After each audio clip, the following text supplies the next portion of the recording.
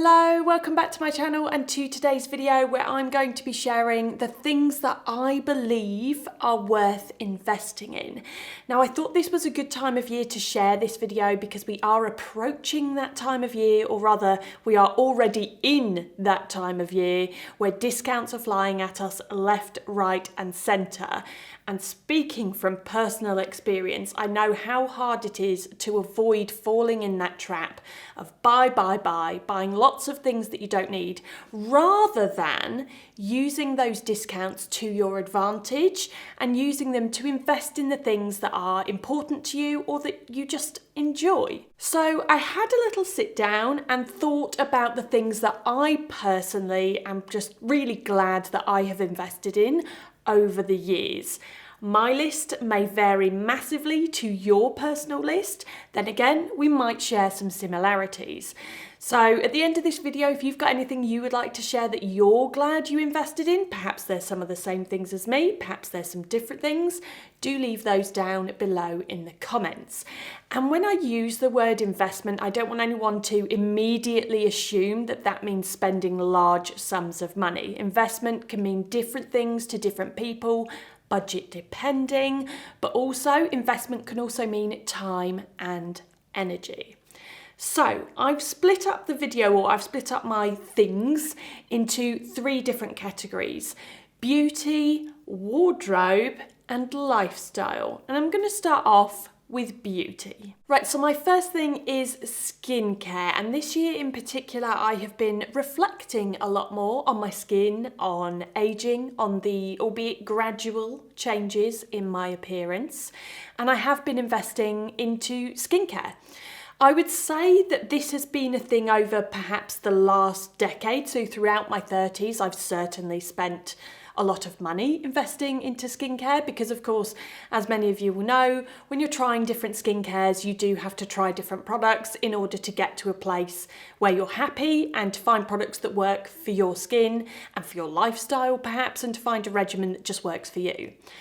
I am now in that place where I have got certain products and I have got a routine that I am very happy with and that I am seeing results from. So for me, that has very much been worth the investment, and worth not only financial investment, but worth the investment of time doing all of this trial and error and finding products that I want to stick to. So one product that has certainly been worth sticking to for me is the FOREO FAQ 202. And it is this little device here, which is an LED face mask. Now, I have been using this since early spring, I believe, this year. So it's been a good few months now that I've been able to try this out, and I've got myself in a really good routine using it. So I use it 5 days a week for 15 minutes each day. I tend to do Monday to Friday.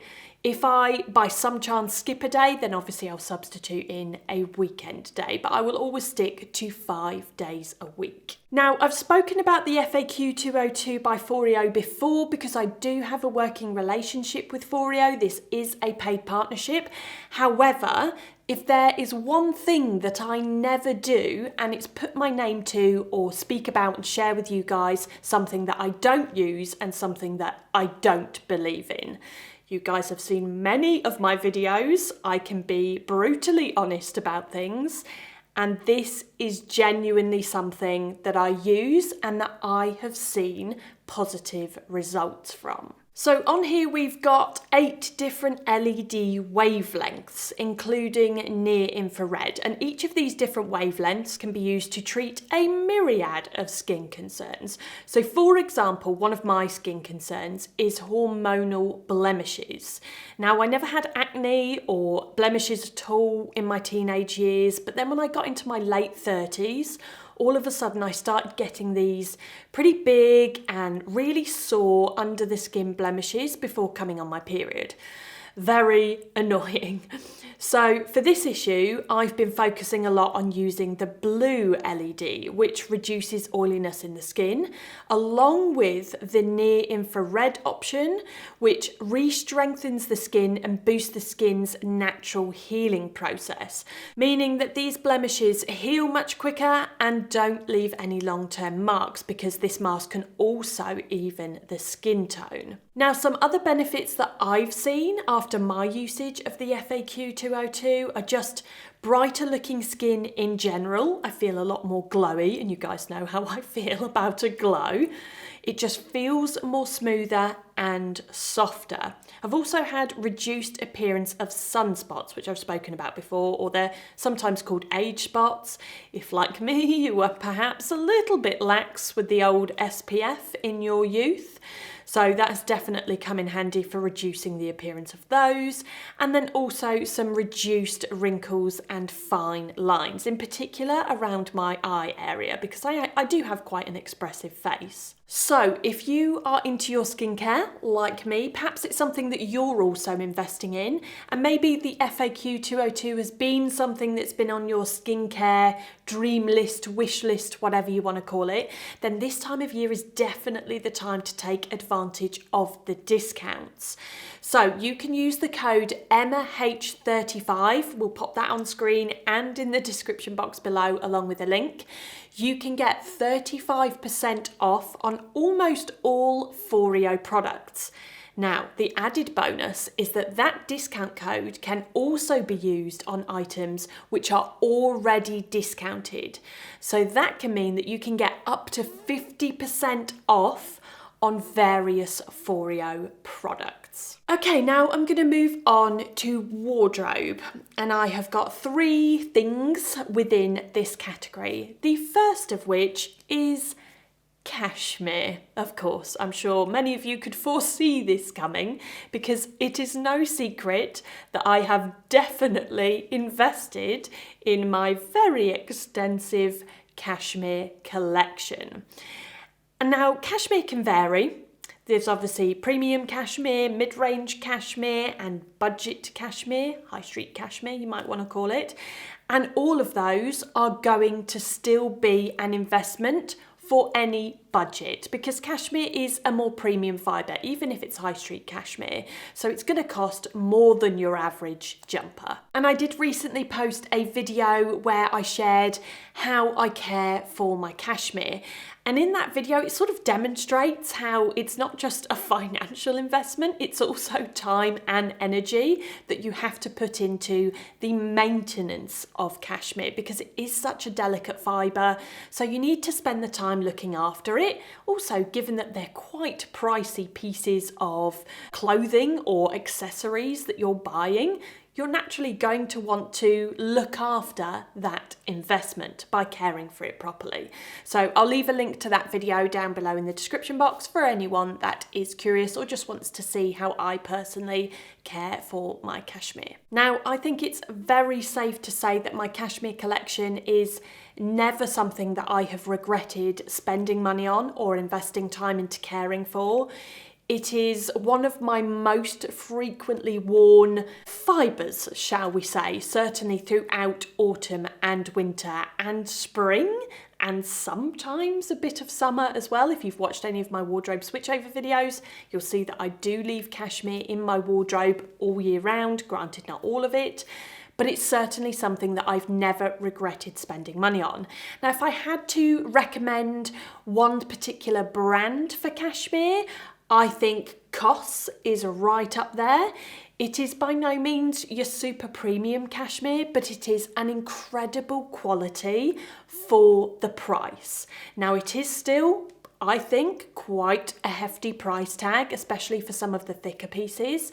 But in my opinion, quality and price create very good value when it comes to costs. So this is one brand that, again, around this time of year, if you're thinking about investing in a piece of cashmere and you want it, like me, to be something that is in your wardrobe for decades, then COS is a brand that I would keep your eyes on during this discount season, because those are the discounts, especially when it's on a higher priced item like a piece of cashmere, those are the discounts that are really going to make a difference. Okay, now along a similar line to cashmere, my second thing within the wardrobe category is outerwear, coats in particular.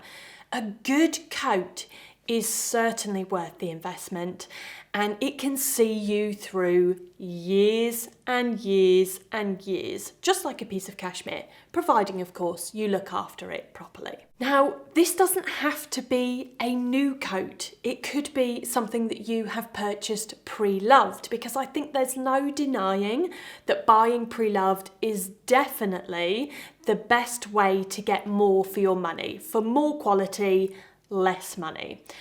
Now, buying pre-loved, and again speaking from experience, and I'm sure many of you pre-loved lovers, should we call you, out there will also agree with me that it does take more time and energy. Sorry, my jumper, as you can see, is very fluffy, and every now and then I get a little fibre that just floats past my nose and my face, and I have just got one stuck up my nose, so I'm just going to remove that. Maybe I need to be less animated with my arms, because as I move, it's just like, pff. You probably can't see it on camera, so now you just think I'm an absolute nutter. Anyway, right, buying pre-loved, it does take more time and energy. You can't just go onto your favourite retailer and buy the size that you know. Perhaps you're buying a different brand that you've never tried before because they are a better quality than buying your favourite high street brand. So it does take more time and energy, and investing that into finding the right piece, the dream coat, if you will, that will last you for years and years. That said, pre-loved shopping is not for everyone, for various different reasons, but first and foremost, it is personal choice. So again, in the same way as with cashmere, this is a great time to be buying your higher priced point items like outerwear, especially if you're looking for something that is a higher quality, something that perhaps has a higher wool content in it. These items are going to be higher in price, but this is a great time of year to be watching out for those discounts. Now, I actually advise people to hold off buying their outerwear until it comes to the discount season. So one method that I think is a really good way to go is to, at the start of the season, start of autumn season, when all of the outerwear options start dropping, just start creating a little list. It could be on Pinterest, like you've seen me create my wish list. It could just be a list on your phone, just in your notes. Add in the links in there, maybe a picture, screenshots, whatever it may be, and just start collating your wish list of coats that you absolutely love. And that is at full price, because one trap that I think we can sometimes fall into when it comes to discount season is buying something just for the sake of it being discounted. If you're making a list when the items are full priced, those are items that you would buy at that price. But you're a bit savvy, so you want to wait and you want to get a deal. Now, this does come with some pitfalls, because some items may well sell out before we get to discount season, and perhaps it was just not meant to be. However, there are other items that are on your list that will make it through, and you have to weigh up the pros and cons and think, well, am I prepared to miss this dream coat if it doesn't get to discount season? Or do I have a list full of other dream coats that I would definitely be happy to purchase with a bit of discount? So with that in mind, and also taking into account pre-loved purchasing as well, I have a little request, because I love hearing these stories, because a lot of you share these stories with me on a very frequent basis, but I have a little request, and that's down in the comments. I would love to know, specifically about coats, your best coat purchase. So let me know if you got a really hefty discount, if you just stumbled across, I don't know, a Max Mara for £8 in a charity shop. Let me know those triumphant stories of bargain hunting, and if you still have that coat in your wardrobe. Right, on to my final investment within the wardrobe category, and that is footwear. Now, I learnt this lesson the hard way, as I'm sure many of you guys also did, and that is, Wearing crappy footwear in your 20s affects you later on in life. In your 20s, you just don't care. You're like invincible. You just want to go out, you're fun, fancy free. You're wearing your 20 quid heels, or in some cases, I had heels that were like a tenner back in the olden days. And unfortunately, that will cause issues later on in life. And you get to, your 30s, 40s, and you're like, why do my feet look like this? Now, I think I have okay looking feet, as feet go, because feet aren't the most attractive part of a body. I escaped having bunions, but I have got the heel equivalent, which is called Haglund's deformity, and it is essentially a bunion that's on the back of your heel. So it's a hard lump, and it's not painful, or mine aren't painful anyway. Some people can experience a bit of pain, but it just makes shoes a little bit tricky. Buying shoes now, fitting into some of the shoes that I've purchased throughout the years, it can make those sort of things tricky. And so my word of advice, I doubt there's any 20-year-olds watching this video, but if there are, please spend a bit of time investing in your footwear, just thinking about the different types of footwear that you're going to wear and the length of time that you're wearing and the frequency in which you're wearing them, because you will get older. I'm now that person that's like, when you get older, you'll regret this, but you will, trust me. So in the same way as cashmere and outerwear, discount season is a great time of year to be ticking off perhaps some of the things that you've got in your wish list, and that's something that's really important. Just stick to your list. Don't go buying willy-nilly. So now have a look at your wish list, see what you've got on there, and just be mindful and keeping an eye out for some of those items that do have a discount. Right, sorry, I'm just getting comfortable. Let's move on to my final category, which is lifestyle. And I have got 3 investments within this category. The first of which is hobbies. Now, I have a few what I like to call sub-hobbies. They're just little things that I like to do. Like, for example, I'm interested in true crime, so I really enjoy watching documentaries. I listen to a lot of true crime podcasts, listen to audiobooks, that kind of thing. But I have one very main hobby, and it's something that probably, it doesn't demand, but it's something that I invest the most time into, because it's something that brings me, and I don't know if I can put this into words, but probably the big grin on my face will show you guys how much joy this hobby brings me.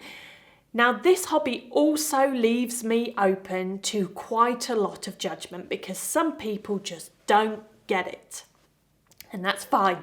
Hobbies are for us. They are our thing. And I don't share as much as I probably would love to about my main hobby online, because it leaves me open to such judgment. So I'd rather remove that negativity from something that I love so much. And that thing is Disney. It's multifaceted, believe me, but one of the prime elements, or one of the things that I am most interested in, and one of the things that I enjoy the most, is Disney trips. And something that kind of goes along with that is planning those trips. It's one of my favourite things to do, even when, on the unlikely occasion that I don't have a trip planned, but it's something that I just enjoy researching. I listen to podcasts, I read blogs, all sorts of stuff. I'm just so invested in the park planning aspect. And for anyone who has ever been on a Disney trip or looked into booking one, you will know they are very expensive.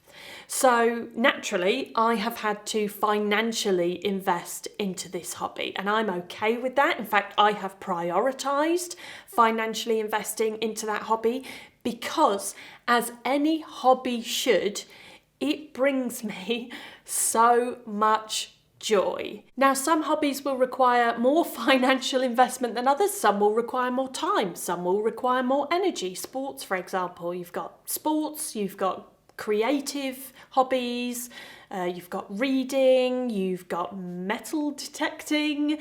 There's a whole plethora of hobbies, but just again, speaking from experience, me, having a look at the rest of my life and assessing what is actually important to me and what is not important to me. And this is one of the reasons why I stopped buying super luxury items, handbags in particular, because I looked and I thought I would rather spend that money on something that brings me so much joy, because this world can be a very difficult place to be, and we all have to find something that will bring us that pocket of joy in life. Right, next is home.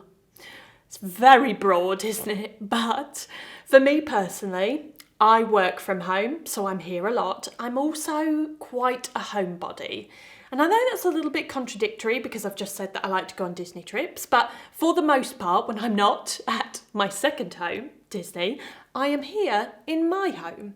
And I just enjoy being in this environment that we have made. And we have financially invested a lot of money into the various different renovations and projects that we have, of course, shared with you guys here on my channel. And I just love the environment that we've made, so I enjoy being at home. Now, creating an environment that suits you can be done on a budget. There are plenty of online creators out there, both on social media, YouTube, Pinterest, blogs, whatever it may be. Lots of different sources of inspiration out there and tutorials to show you guys how you can create, I don't know, a neutral home or a colourful home, a cosy home, a Scandi home, whatever sort of home, an organised home, a home that includes children, a home that includes pets, a home that includes a wacky hobby, whatever it may be. There are lots of different things out there, resources that you can use that will help you if you're on a budget. I mean, we did one. We did our utility. Our utility was done by ourselves, apart from the garage transformation, but the actual kitting out of our utility was done by us. It was an IKEA hack because after doing the garage conversion, that is what we had the budget to do, an IKEA hack. And that's been one of our it has been our single most viewed video, and lots of people have found that incredibly useful for their own transformations. So it doesn't always have to mean investing large sums of money. It could just be investing some time researching how to make the environment that you want to be in. Now, when it does come to renovations, and for anyone out there who is contemplating a renovation, or perhaps you're already in the midst of one, thoughts and prayers go out to you. Then one tip that I will say is to save certain things that you want to buy until it comes to discount season. And it's not necessarily this time of year, it could be the New Year sales, but it's one thing that we have done, and we learnt this from doing a renovation in our previous home. So bigger ticket appliances, things like our oven, hob, dishwasher, washer, dryer. We bought all of these things in the sort of Cyber or Black Friday sales. Also, flooring. Flooring can cost a lot of money. Paint can also be quite expensive depending on what brand you're buying and how much you have to paint. So some of these things are worth just saving and holding out. And I know sometimes you have to be really patient to wait until this season, but let me tell you, it is definitely worth it for getting those discounts. Right, now on to my final investment, and that is exercise. So let's call this an investment in your body. Now, when it comes to exercise, this doesn't necessarily have to be investing loads of money. Of course, you can have a gym membership, or you could do like what we have done. We've invested not a lot of money. We haven't got a lot of fancy equipment aside from my treadmill, which was definitely the most extravagant purchase, but it's also the thing that I use the most. But we've bought some equipment for our own home gym. Now, we do have the space for that. Some other people may not have the space or may not have the money to invest in the equipment. But the good news is you can exercise for free. Then again, you may want to invest in some equipment. It could be anything. It could be larger things like a treadmill or a Peloton, or other brands are available. Or it could be something as small as a pair of Pilates socks because you're going to do some wall Pilates, which I've heard are very effective. If anyone's doing wall Pilates and you've seen excellent results, then do let me know because I am quite curious by those. So then when it comes to using those discounts to your advantage at this time of year, that can span across a whole range of different things. It could be using those on a gym membership if that's something that you're interested in. I know a lot of gyms do offer discounts on their gym memberships, or even on fitness classes if that's something that you'd like to look into. Could just be buying yourself some new activewear or a new pair of trainers to keep you moving, to give you the motivation to get out there and get moving. It could very well be something a little bit bigger, something that does require more of a financial investment. Could be a super duper treadmill or whatever it may be. But those things, along with investing in time and effort, for me personally, there's something that I am glad, just for my overall health, in particular mental health, I'm glad I've invested in. And there we go, guys. That brings us to the end of today's video. I'll just reiterate what I said at the start of the video, and that's, I'd love to know like what you guys are also investing in. And again, it doesn't have to be financial, it can be time and effort. What are the things that over the years you were just really glad that you have invested in? But for now, that is it from me. Thank you as always for watching, and I'll see you next time.